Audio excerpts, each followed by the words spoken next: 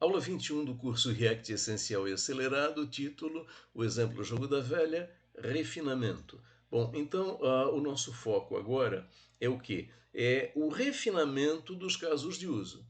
Então nós já vimos quais são os casos de uso do nosso programa, Refresh Select Position, tratamos isso na aula anterior, e só que quando nós olhamos para o diagrama de casos de uso, ele é uma declaração de intenção. Olha, nosso programa tem que fazer isso aí. Bom, agora vamos pensar, mas como exatamente o meu programa vai fazer isso aí? Aí o detalhamento dos casos de uso nós vamos fazer com diagramas de atividades de UML. Então a ideia é o quê? Cada um desses casos de uso ele envolve um algoritmo. E o diagrama de atividades ele vai me dizer exatamente isso. Qual é o algoritmo de refresh? Qual é o algoritmo de select position? Quais são os passos da funcionalidade refresh? Quais são os passos da funcionalidade select position? Então vamos começar com refresh. Então aqui está o diagrama de atividades do caso de uso refresh. Observem que cada faixa vertical dessas representa ou um componente, ou, no caso da segunda faixa, o servidor remoto, que é o nosso back-end, e está mostrando o passo a passo do caso de uso refresh. Vamos olhar isso em pedacinhos. Muito bem, então o início da execução do caso de uso refresh acontece quando? Acontece no componente app.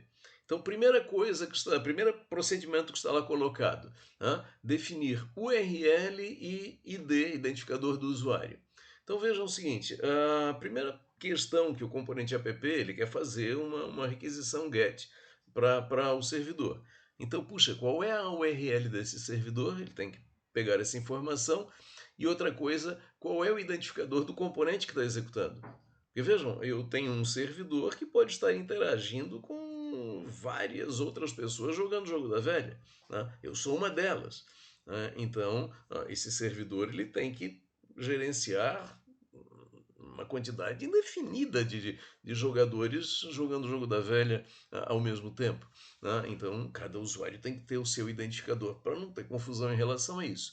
Então, vejam, a primeira preocupação do componente app, qual é a URL, qual é o identificador do usuário. A partir disso, segundo o procedimento aí do diagrama, compor uma requisição GET com essa URL e esse ID de usuário. Tudo composto, na verdade, no corpo da URL, mas isso a gente vai ver mais tarde no código. Terceiro procedimento, fazer a requisição GET, a requisição HTTP GET, naturalmente usando a biblioteca Axios, que nós aprendemos a fazer isso. Observe que o quarto procedimento desse diagrama agora é do componente, não é componente, na verdade, do elemento à direita, que é o servidor remoto, que é o nosso back-end. Quer dizer, o tratamento da requisição é problema do servidor. Como ele faz isso, não sei. Eu faço a requisição, passo a bola para o servidor, e aí, próximo passo, o último que está aí dentro do destaque vermelho do componente app, é o que? Olha, ele recebe a resposta lá do servidor, da requisição GET, e aí dessa resposta ele quer obter o quê? A mensagem do jogo, aquela que ele vai mostrar lá embaixo na interface, e a matriz do tabuleiro, ou seja, a matriz do preenchimento das 9 posições do tabuleiro. Muito bem, então vejam, agora o app, o componente app, ele fez a requisição GET, ele obteve a resposta, dessa resposta ele pegou a mensagem do jogo e pegou a matriz do tabuleiro. E agora, destacado lá embaixo, ele vai passar isso para os demais componentes. Então, começando lá embaixo, vejam, entregar o texto do header, do cabeçalho. Então, que está destacado aí na imagem com a seta azul. Então, ele vai passar essa informação para quem? Para o componente GameHeader, destacado ali à direita dentro do destaque vermelho. Então, o componente GameHeader vai receber esse texto da mensagem, que nós sabemos que é um texto fixo, não muda durante a execução do programa, e vai renderizar essa informação e nós vamos ver na interface. Bom, em seguida, ele vai passar, vejam, primeiro procedimento que aparece aí do componente app, ele vai entregar a matriz de tabuleiro, do preenchimento, para quem? Para o componente board. Não, o componente board recebe a matriz de preenchimento lá que veio do back-end, vai fazer o quê? Vai passar essa informação para cada uma das suas 9 posições, para cada uma das 9 instâncias do componente position, e o componente position, terceiro elemento que aparece aí da esquerda para a direita, vai renderizar o status da posição. Vai me mostrar lá na interface o que? Ou a posição vazia ou a posição ocupada.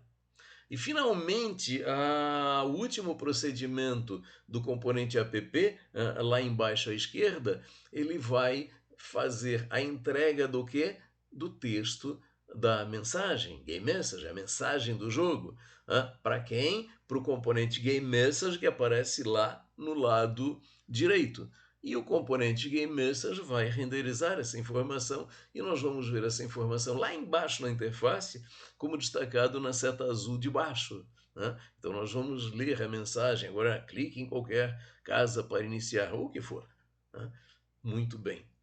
E isso é o detalhamento do algoritmo do componente, do caso de uso refresh. Então vejam, quando a gente tem o diagrama de casos de uso, tem a funcionalidade refresh, tem a funcionalidade select position, mas isso não basta para eu implementar a solução. Então, peraí, como exatamente isso é feito?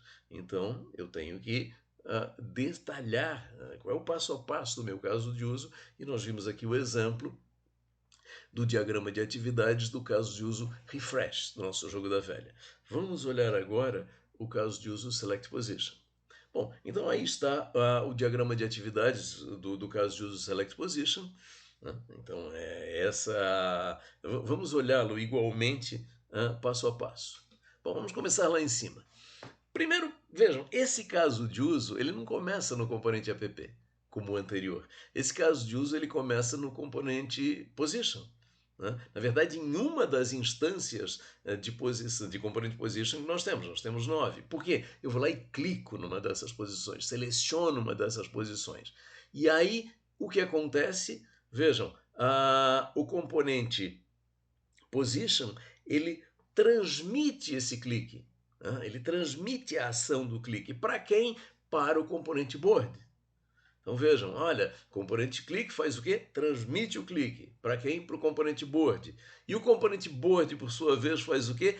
Transmite o clique também. Para quem? Para o componente app. Vejam, isso aí é aquela lógica de função passada por props e a execução da função fazendo o fluxo oposto e levando o identificador da posição lá da posição pelo tabuleiro até o componente app.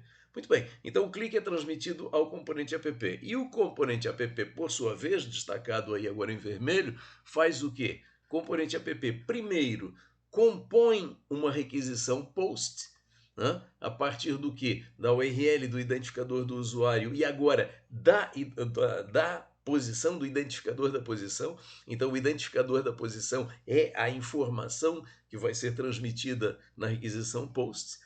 Faz, segundo o procedimento do app, faz a requisição HTTP,